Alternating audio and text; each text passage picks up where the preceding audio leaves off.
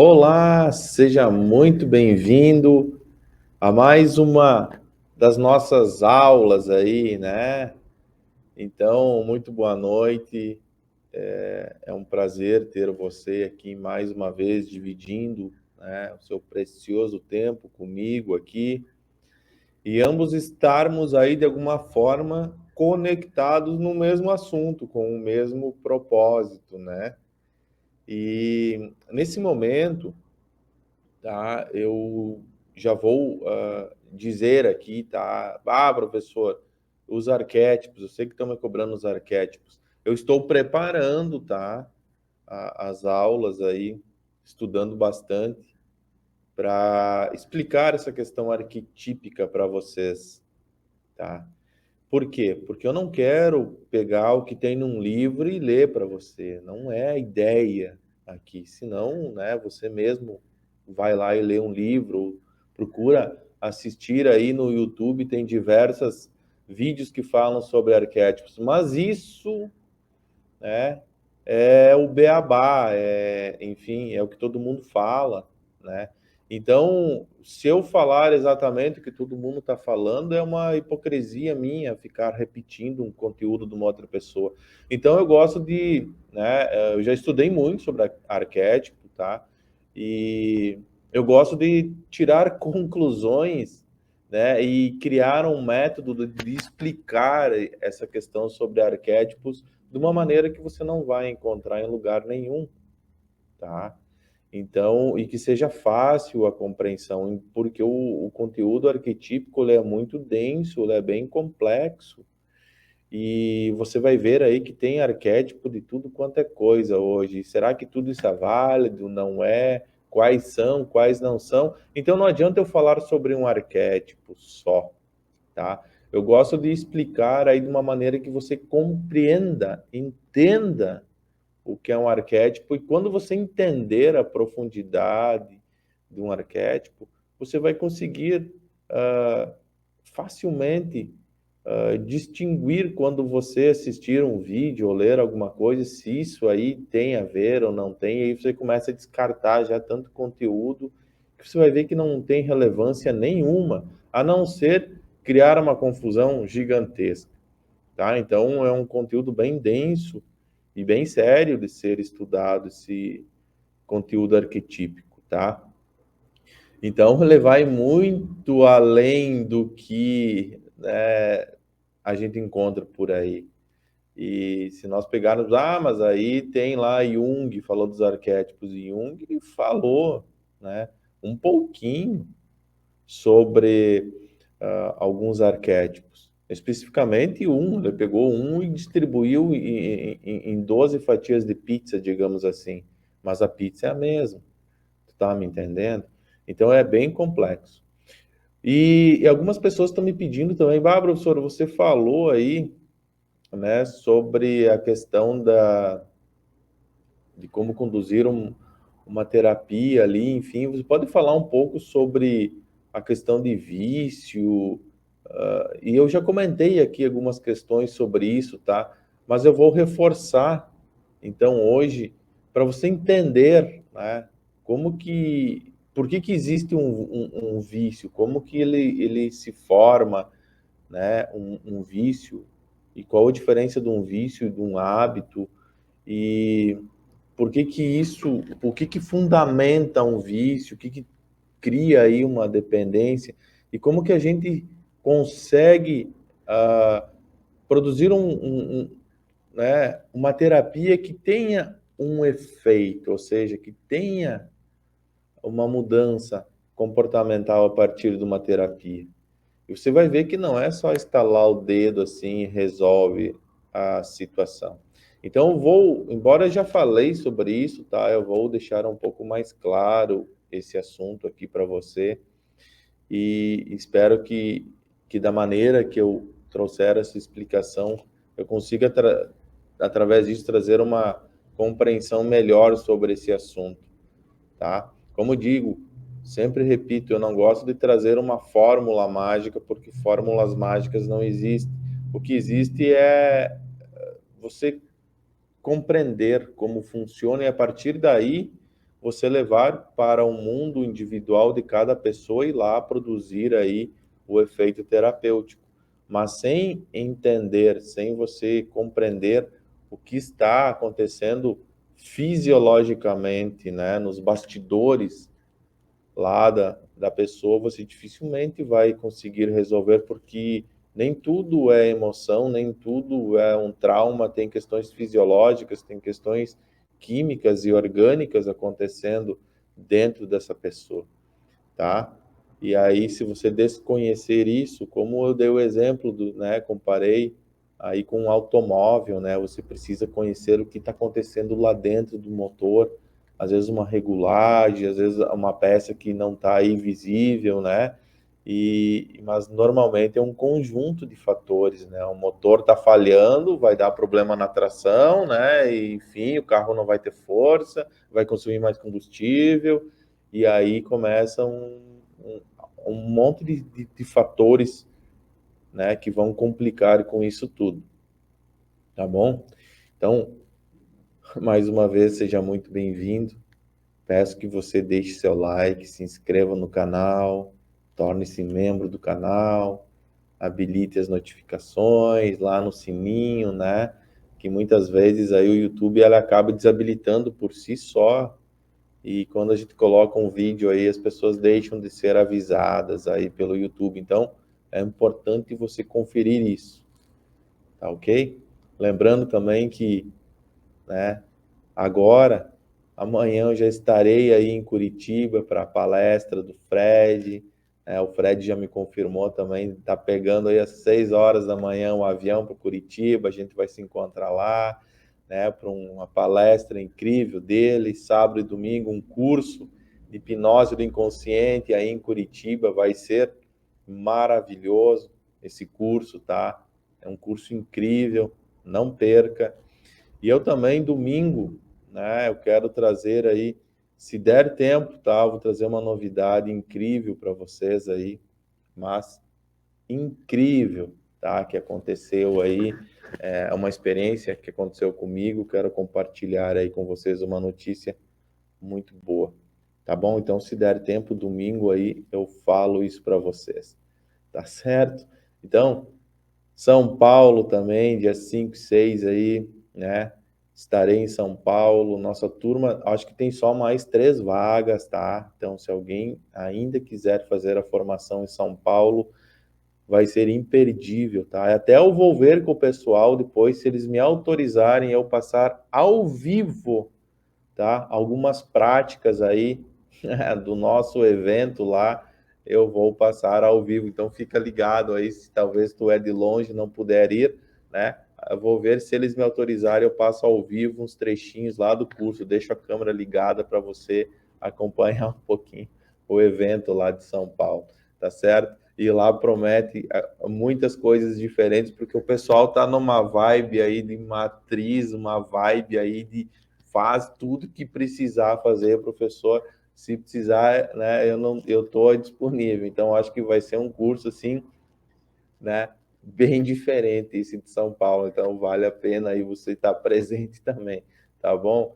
Mas olha só, voltando aí, tá, ao nosso bate-papo. Então, o vício, tá? E quando eu falo em vício, eu não estou falando só no cigarro, não estou falando só no álcool, não estou falando só, né, uso de drogas, qualquer vício. O cérebro, ele não diferencia, né, se o teu vício é em videogame ou o teu vício é em cocaína, ele não sabe isso, tá? Ele só sabe que é um vício. Então, não existe vício mais forte ou vício mais fraco para o nosso cérebro. A força, a dependência é a mesma. O que vai tornar um vício um pouco mais complexo de você lidar com ele são os gatilhos que vão, são os estímulos, né?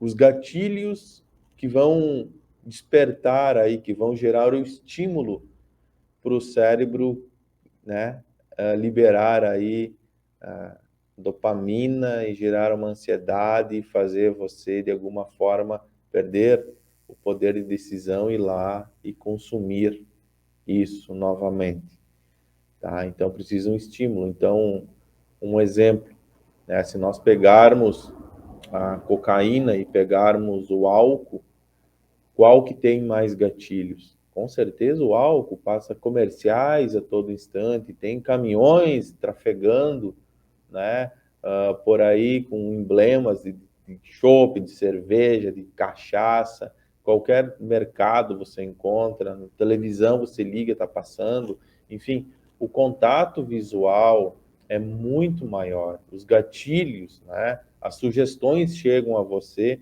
de uma forma muito mais intensa. O cigarro, a mesma coisa. E aí que a gente começa a ter uma dificuldade maior ou uma facilidade maior em resolver. Então, sim, antes que você me pergunte, é mais difícil você resolver, né? Você vai ter mais trabalho em resolver uma dependência alcoólica do que uma dependência por cocaína. Então, não é a potência da droga que vai tornar o vício mais complexo de resolver ou não, tá? São os gatilhos, é a facilidade com que a pessoa se depara com isso no dia a dia, tá? Então, é os estímulos que chegam até ela. Professor, mas por que estímulo? Vamos lá.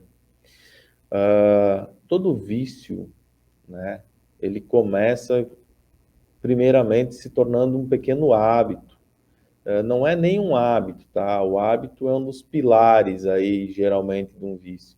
Mas começa praticamente da seguinte forma.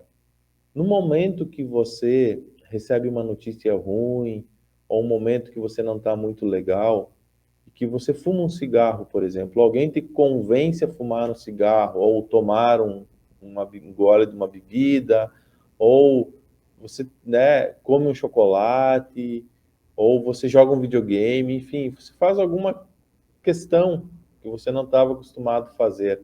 E isso, de alguma forma, vai mudar o foco, vai tirar você daquele pensamento ruim, daquela sensação de tristeza. Lembra, tudo é dor e prazer, né? Então, uma tristeza, um desânimo, uma falta de vontade, tudo isso pode ser relacionado à dor lá no teu cérebro, né? Para uns, eu preciso ter uma tristeza muito mais forte para ser uma dor. Para outros, um pequeno desânimo já é o suficiente para existir uma dor. Então, não existe dor mais fraca ou dor mais forte. Ah, você não sabe o que é sofrer, porque na minha época eu fazia. Não é assim que normalmente as mães, os pais falam. Não existe dor maior ou menor, existe dor, né?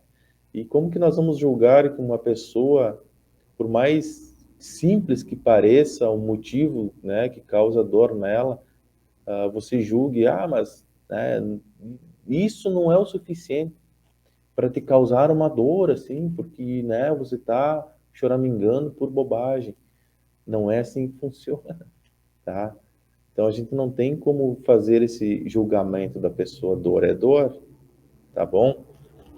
Então, nesse momento, se você tomar um gole de cerveja, o teor alcoólico, de alguma forma, né, tem uma química ali. O álcool, ele primeiramente ele vai atuar aí no nervo vago, no sistema nervoso, como um relaxador muscular.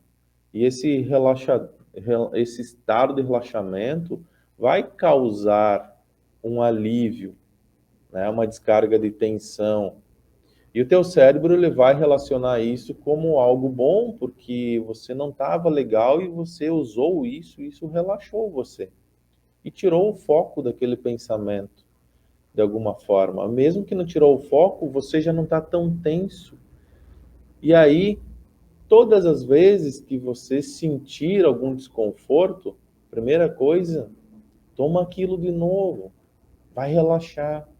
E quando você vê, você já cria um pequeno hábito. E esse hábito vai chegar um momento que vai se tornar aí um vício bem severo. E quando se torna um vício, você dificilmente vai se livrar dele, tá? E eu vou explicar o porquê. E não só o álcool, o cigarro também faz isso, o videogame, um chocolate, tudo isso, né? O açúcar. O açúcar, ele tem uma propriedade que quase que nem da cocaína dentro do teu organismo. Embora você, se não existe, professor, sim, acredite que tem exatamente, né, mecanismos aí que vai ser idêntico praticamente, vai ter um efeito muito forte, tanto quanto da cocaína, o açúcar, tá? Coca-Cola, é por isso que a gente cria uma necessidade, uma dependência disso. Tantas pessoas que dependem do açúcar e não sabem por quê, porque existe uma dependência química do açúcar, tá?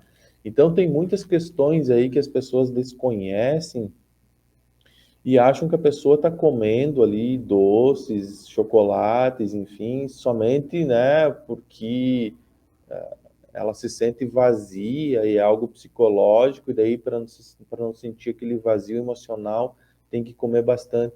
Claro que tem a questão psicológica, mas tem a questão química, tá?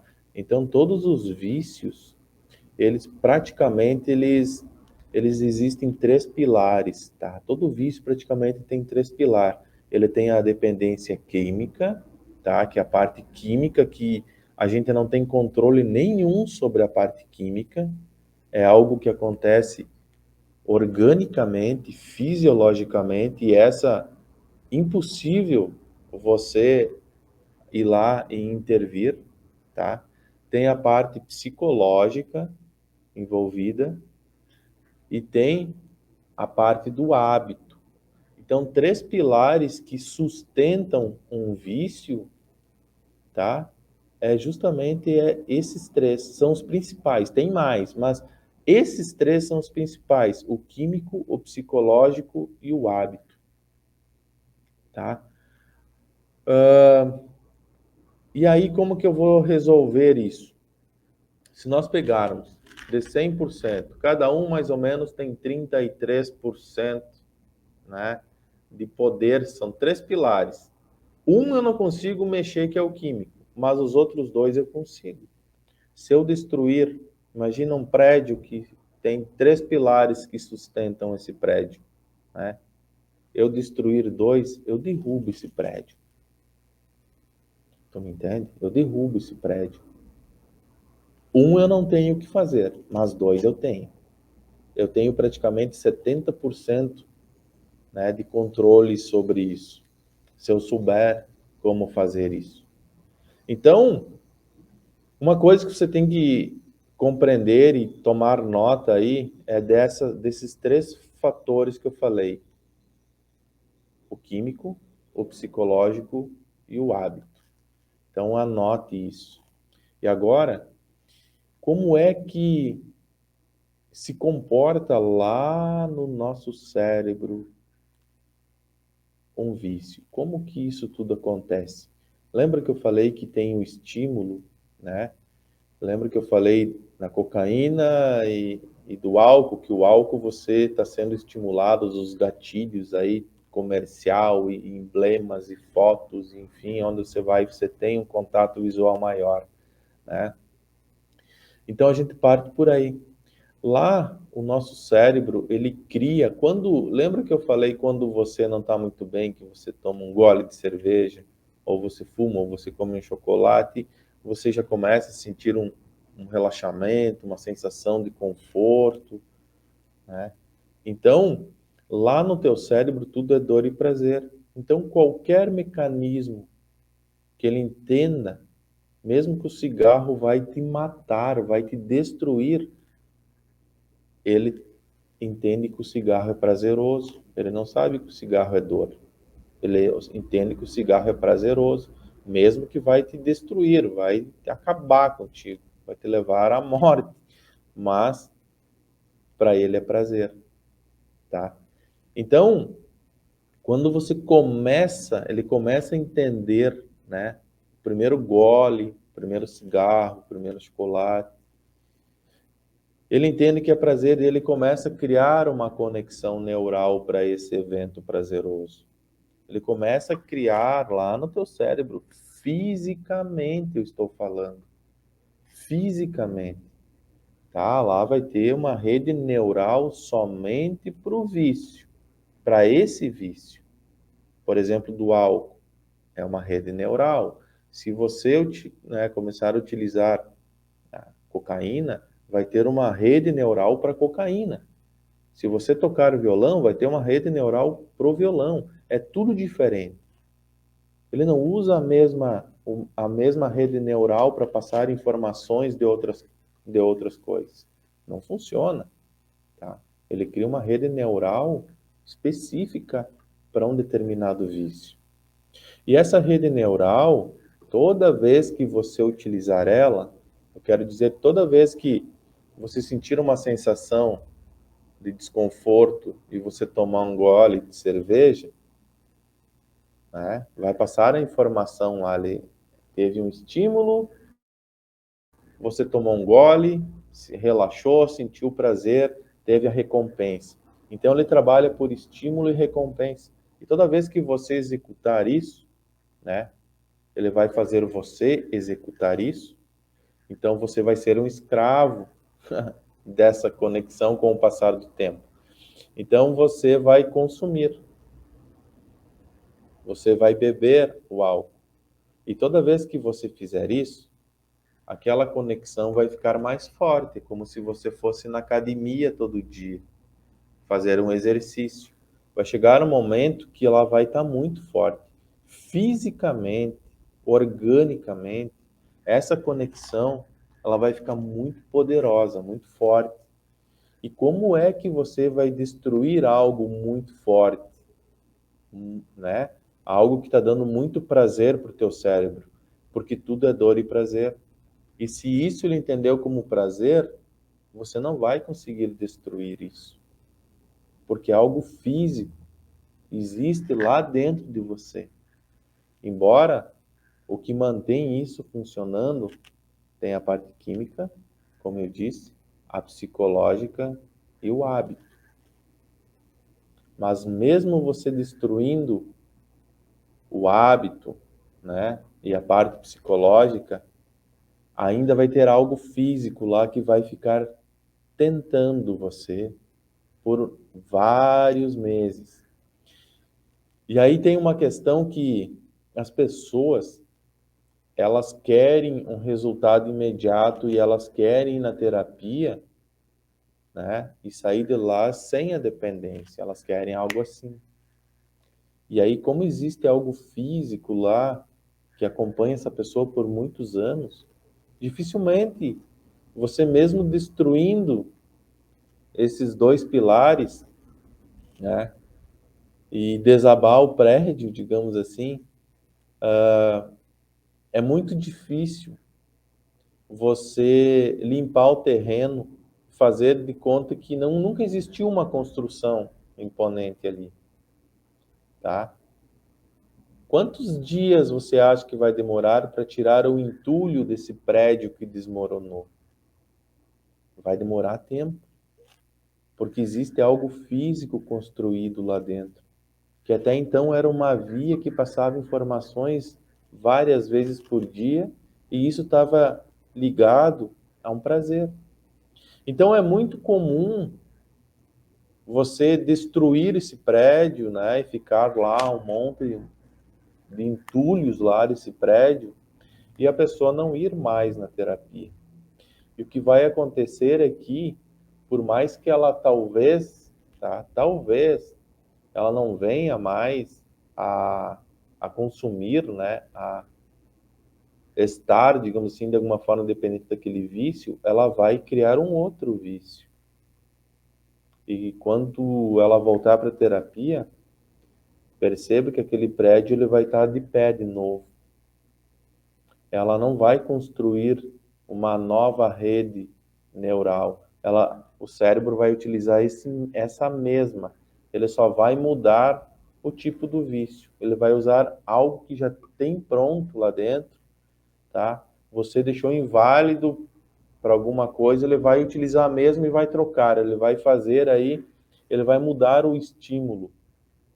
A recompensa ele vai manter, tá? E ele vai mudar o estímulo, que antes era a cerveja, agora, sei lá, é um doce. Antes era né, o álcool ou a cigarro, agora vai ser o videogame, enfim, tem várias questões aí. E ele vai usar a mesma. E lembra que eu falei que para cada um existe uma conexão nova. Mas como você destruiu, né, de alguma forma, você destruiu esse estímulo, né? Ele trocou, ele colocou um outro no lugar e usou o mesmo. Ele fez aí, ele se utilizou da neuroplasticidade, que é uma capacidade de, né, que o nosso cérebro tem de fazer algo incrível. Então ele já tem essa inteligência também para fazer isso. Por isso que torna um processo um pouco mais complexo, tá? E aí nós temos, né, o que justamente mantém esse vício é o estímulo, o que chega através dos 5 sentidos até mim relacionado a esse vício é um estímulo, né? Ou nem só isso, tá? Antes que você talvez pense, bah, mas o cara bebe álcool, né? E eu trancar esse cara num quarto, né, em que ele não tenha televisão, não tenha nada ali que esteja relacionado, que chegue um estímulo do álcool até ele, eu trato ele. Não é assim. O próprio pensamento gera um estímulo, tá? E veja bem, o que criou provavelmente esse hábito não foi um comercial de TV. O que estimulou ele foi uma tristeza, foi quando tocou o telefone e ele recebeu uma notícia ruim, triste, né? Então, toda vez que tocar o telefone, não tem nada a ver com o hábito em si, né? Com o vício. Mas tocou o telefone, inconscientemente vou receber uma notícia ruim, então automaticamente já dispara aquele ciclo de dor e prazer, e o que, né? O telefone está relacionado à dor, e vai estar sempre, tu me entende? Ah, mas eu recebi uma notícia de uma pessoa. Então, toda vez que você for conversar com alguém, você vai sentir a necessidade, depois disso, de buscar o prazer. Então, tem várias questões. Antigamente, você ia no velório, né? Abraçava, chorava. Talvez hoje você abrace alguém, você tem uma sensação, uma necessidade depois de fumar um cigarro, uma necessidade de comer um chocolate, uma necessidade de, né, de fazer alguma coisa diferente. Então, tem muitos gatilhos que eles são sutis e não evidentes. E os gatilhos sutis, eles são mais complexos ainda, porque não passam pelo nosso consciente. A gente nem sabe o que está levando essa pessoa a ter essa dependência. Então, começa a ficar um pouco mais complicado, um pouco mais difícil, tá? Então, uma conexão neural lá dentro de nós, ela ela existe porque tem um estímulo, né? Um estímulo e o meu cérebro ele quer a recompensa, ele quer o prazer. E o que é que cabe a você? Cabe a você fazer a parte da rotina. O que é a rotina? Eu executar, eu levar esses, né, através do estímulo que chegou até mim, eu executar essa ação, ter um comportamento, ter uma atitude de tomar o refri, de tomar cerveja, de fumar um cigarro, de comer um chocolate, de usar cocaína, seja o que for, para o meu cérebro ter a recompensa. E isso é uma questão química que acontece lá dentro, tá? Então, com a química não tenho como trabalhar, né? Mas com os outros dois, sim. Mas como eu disse, não adianta você destruir o prédio. Você já viu que vai ficar os entulhos, a pessoa não vai mais vir, dificilmente, como eu disse, as pessoas hoje elas querem tudo para ontem, elas querem um milagre, né? E elas não querem fazer a parte delas, que é uma continuidade. Poxa, eu estou há 15 anos fumando. Será que eu não posso ir 6 meses numa terapia e resolver? Não, ela acha que 6 meses é muito. Ela quer já, ela quer 1, 2 sessões, ela quer um milagre. Porque ela vai fazer as contas e a terapia vai custar muito. Ela não faz as contas quanto que ela está gastando, né? Quanto que o vício tira dela, e não só em dinheiro, mas o tempo, né? A saúde, tantas coisas que ela está perdendo ou vai perder mais adiante por conta disso. As pessoas não calculam isso. O cérebro não permite elas pensarem dessa forma. Elas até podem pensar, racionalizar assim, tá? Mas não é o suficiente, não é uma dor suficiente que vai fazer ele largar esse prazer, tá? Então, veja bem, eu sempre dou o exemplo, né? A sede, quando você sente sede, a sede é um estímulo. É um estímulo e você beber água vai ter a recompensa que é mandar a sede embora. Vai matar a sede, né? Não é assim que a gente chama? E qual que é a sua rotina? É beber água. Isso existe uma conexão lá dentro para a sede. A sede é algo que você jamais vai conseguir eliminar o estímulo. Nunca. É uma questão de sobrevivência o beber água, né? Mas olha só, se nós temos uma conexão neural que existe lá há muitos e muitos anos, vamos perceber aqui uma questão, tá? Que é bem interessante, eu quero compartilhar para você compreender isso, tá?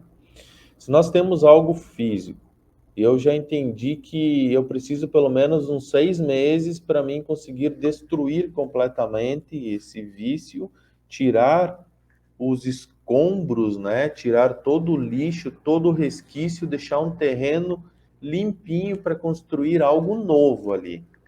Mas eu sei que a pessoa vai vir e quando sentir uma pequena melhora vai achar que resolveu e ela não vem mais. E aí o vício ou ele troca por outro ou ele se reconstrói e ela continua com a dependência, né?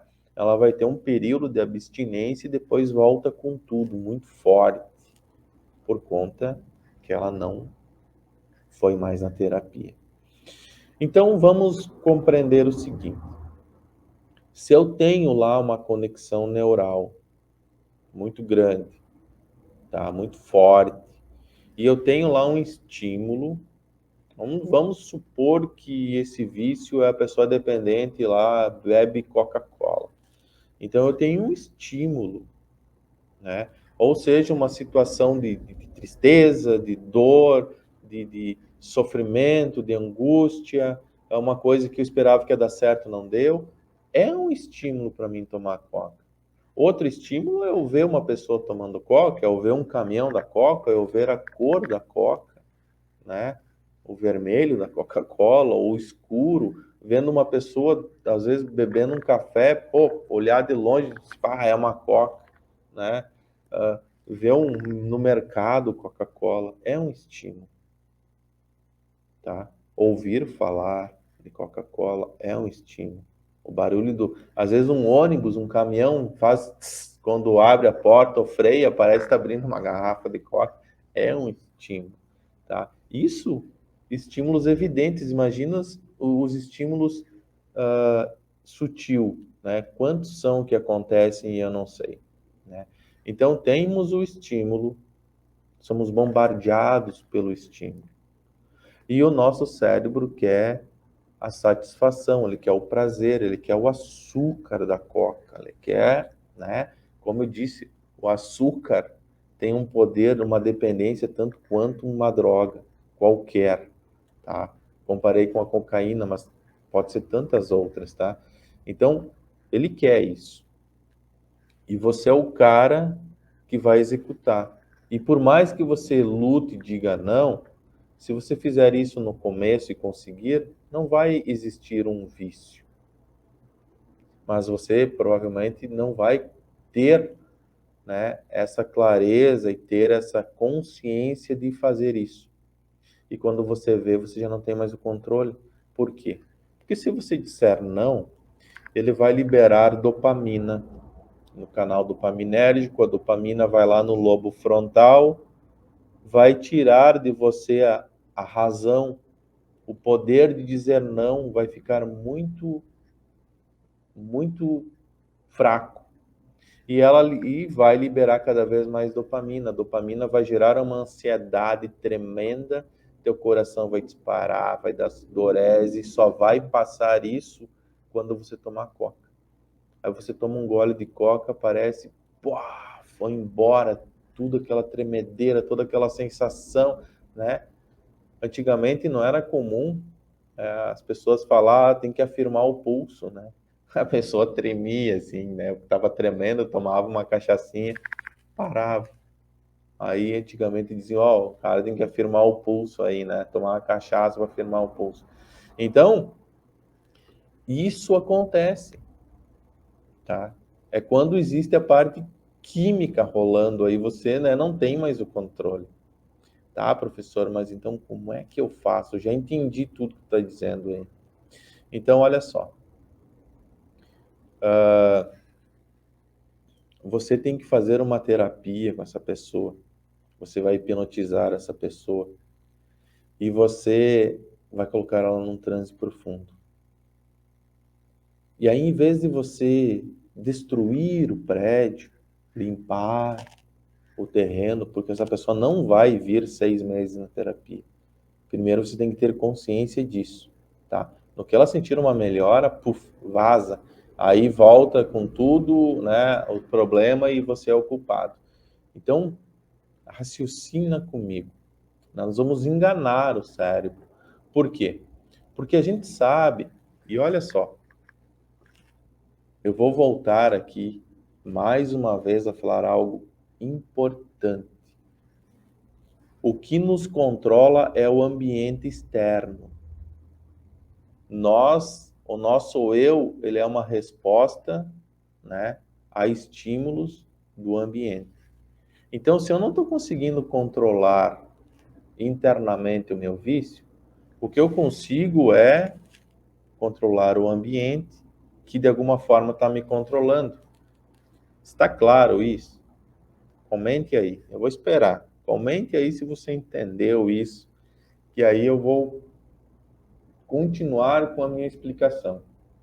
Tá? Então eu sei que tem um delay no tempo aí, então eu vou esperar. Comente aí que eu preciso saber se você compreendeu isso, tá? Porque esse assunto eu sei que é um pouco delicado, eu precisaria umas 3 horas falando aqui, tá? Para a gente chegar aí a uma explicação que todos compreendam, tá? Então aqui eu estou dando uma pincelada no assunto, tá?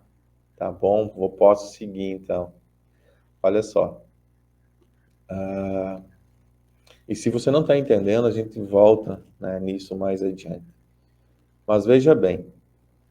Então eu vou ter, digamos assim, algo físico lá dentro do meu cérebro, eu vou ter o estímulo, eu quero a recompensa, que é o prazer, e eu sou o cara que vai executar no momento que o meu cérebro liberar aí, né, dopamina e gerar uma ansiedade, eu vou lá e executo.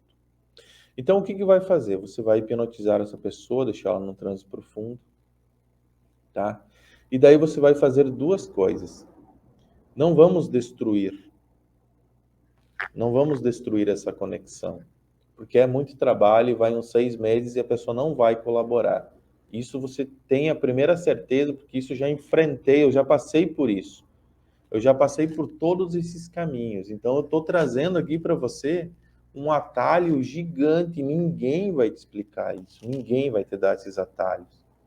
As pessoas, elas guardam muitas coisas para elas como se isso fosse tornar elas, sei lá, diferente. Mas aqui tá, preste atenção, estou te dando um atalho, cereja do bolo, como eu digo, tá? Você vai ter então essa questão, né, do estímulo,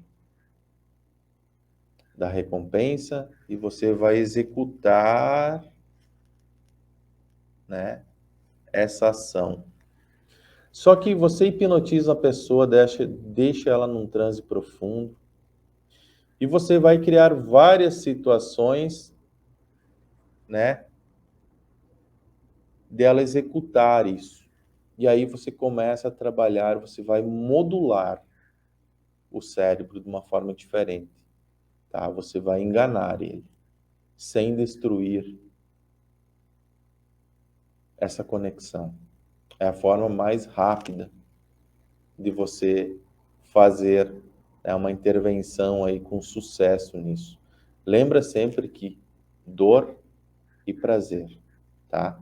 Então, olha só, você hipnotiza essa pessoa, vamos supor, tá? Nós estamos falando da Coca-Cola. Você vai transformar a Coca-Cola em dor. Primeira coisa, como que eu faço isso? Você cria uma história, cria metáforas em que a pessoa, né, vai tomar Coca-Cola e você vai causar dor, sensações ruins, né? Vai encontrar você na anamnese tem que descobrir tudo que a pessoa odeia, tudo que ela tem nojo, tudo que ela não gosta, tá? Por isso que existe a anamnese. Você vai ter que conhecer essa pessoa, porque você está fazendo uma hipnose verbal aqui, tá? Então, tudo que ela odeia, tudo que ela não quer para a vida dela, você vai linkar com a coca. E você vai fazer ela tomar coca e sentir medo, dor, nojo, ânsia, enfim. Vai engordar, vai crescer bigode, sei lá, não sei. Você faz uma coisa lúdica e bem esdrúxula, assim, tá? Bem ridícula, tá? Que isso vai efetivar. Então você faz primeiro, transforma o prazer em dor, tá? E vai criar todas essas sensações nela. Aí depois você submete ela a vários gatilhos, tá? A vários gatilhos que antes, né, estavam relacionados, enfim, com a coca, você desperta todos esses estímulos novamente, só que em vez de tomar coca, ela vai tomar água, tá certo? Então submete ela, toda vez que eu vou comer, eu tenho que tomar coca, porque o hábito da alimentação, né, o momento da alimentação, eu sei que é coca. Então você vai fazer ela, sei lá, tomar café, tomar água, almoçar e tomar água. E a recompensa está sendo a mesma da coca. Você percebe que você toma uma água com limão e você sente um prazer gigantesco. Tu me entende? Então o que que acontece? Eu transformei a coca numa dor. E o nosso cérebro, ele não sabe o que é real e o que é imaginário. Para ele, tudo isso, todo esse processo imaginativo é real. Então, o que que eu estou fazendo? Eu transformei uma coisa que ele tinha como prazer em dor, mas eu peguei a mesma conexão neural, em vez de destruir, eu enganei ele. Eu coloquei uma outra coisa já como um vício. Eu troquei de vício, tu me entende? Coloquei a água. Então, toda vez, tocou o telefone, você vai sentir uma sede muito grande de beber água. Você tomar um gole d'água, você vai sentir um alívio, uma sensação de relaxamento, de calma, de paz e tranquilidade, enfim. Na anamnese, quando a pessoa fala de um vício, você vai pedir para ela o que que ela sente depois que ela fuma, depois que ela usa droga, depois que ela come, enfim. O que que ela sente? Eu sinto isso. Ela vai descrever os sintomas. Então você vai pegar todos esses sintomas e vai colocar agora como se tudo isso estivesse acontecendo com a água. Estou dando um exemplo da Coca-Cola, que leva isso para qualquer tipo de vício. Então a pessoa vai sentir um alívio, uma paz, uma tranquilidade, e você vai dizendo isso, e isso fica 100 vezes mais forte do que antes. Você bebe a água, isso vai te dar uma sensação 10 vezes mais intensa do que antes. Tu me entende? Você está potencializando. Então, em vez de você destruir um monte de Scrum, né, ficar aquele lixo lá e não ter tempo de limpar, você já troca o vício, você modula, você engana o cérebro, você troca a Coca-Cola por água. E você vai manter o estímulo, vai manter a recompensa, só que agora teu cérebro está ele foi modulado, ele foi enganado pelo ambiente. Tu me entende? Então você enganou ele e manteve o vício. Você só trocou, tirou o cigarro e botou uma bala de menta, por exemplo, né? Botou água com limão, trocou. E você vai ter que fazer a pessoa passar por várias experiências. Não é troquei e deu. Não, você vai ficar 1 hora, 2 aí fazendo a pessoa passar por diversas experiências rotineiras do dia a dia que antes ela fumava. Ah, acorda de manhã, vou ter que fumar, porque eu fiquei a noite inteira dormindo, tenho abstinência da noite, acordei, tenho que fumar. Então, você vai ter que fazer uma rotina dessa pessoa, de 7 dias por semana.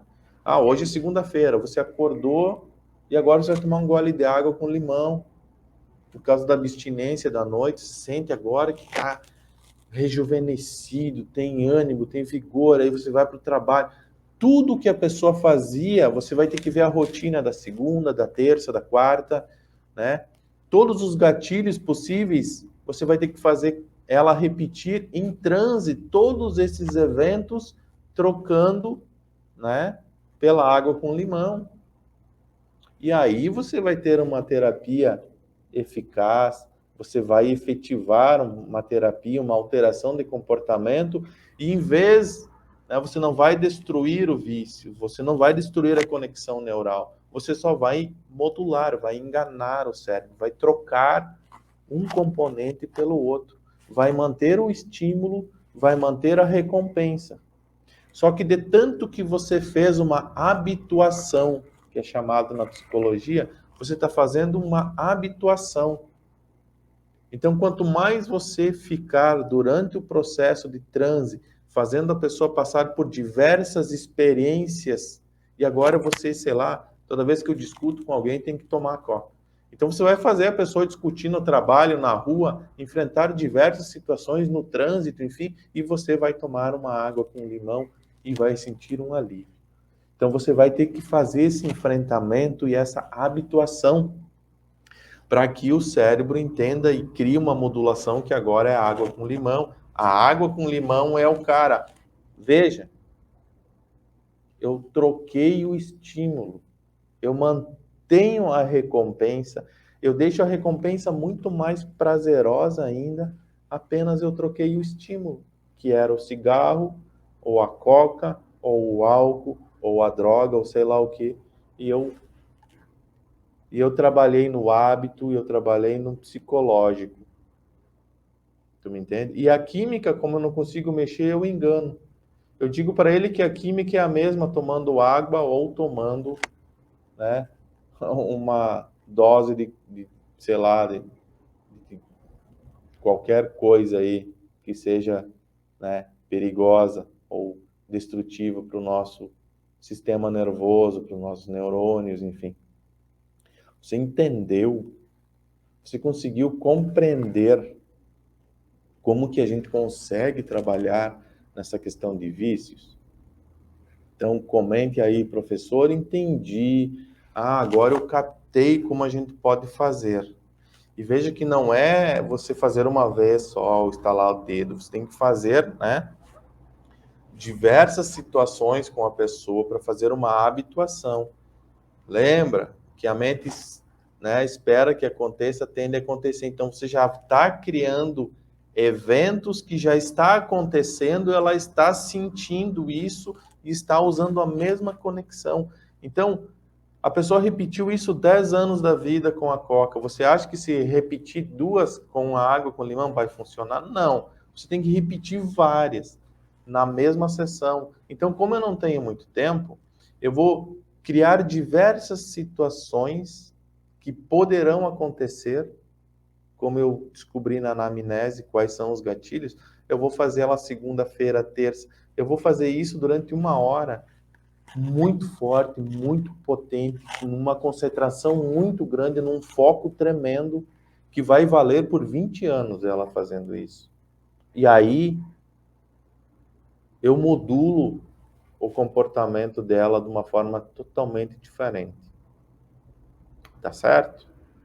Você entendeu o que eu estou explicando para você? E como eu disse, eu não gosto de trazer uma receita de bolo, faz isso, isso, isso. você tem que entender o motivo, por que você tem que fazer isso. Quando você entende o porquê, você consegue utilizar isso em qualquer tipo de dependência, qualquer tipo de vício, seja qual for, tá bom? Então, eu peço que você, se faz sentido, se você compreendeu isso, deixe seu like, se inscreva no canal, habilite as notificações, é importante aí para o canal, se torne membro do canal, tá bom? Quero agradecer aí a presença de todos vocês, né? Mais uma vez, convidando todos aí para o fim de semana, o evento em Curitiba, lá no início do próximo mês, um evento aí, tá, em São Paulo. Também eu vou divulgar os próximos eventos, vai ter em Santa Maria um evento, vai ter lá nas Minas do Camaquã, né? No Rio Grande do Sul também um baita evento, tá bom? Vai ter um evento aí mais adiante em Joinville, tá? Então, fique atento aí, eu vou passar a agenda para vocês, tá? Mais adiante. Muito obrigado pelo carinho, muito obrigado aí por você estar dividindo seu tempo comigo, tá? Abraço a todos e até a nossa próxima aula. Valeu! Quem estiver no curso, a gente se encontra lá pessoalmente. Abração a todos. Espero ter contribuído um pouco mais com vocês. Valeu, até mais.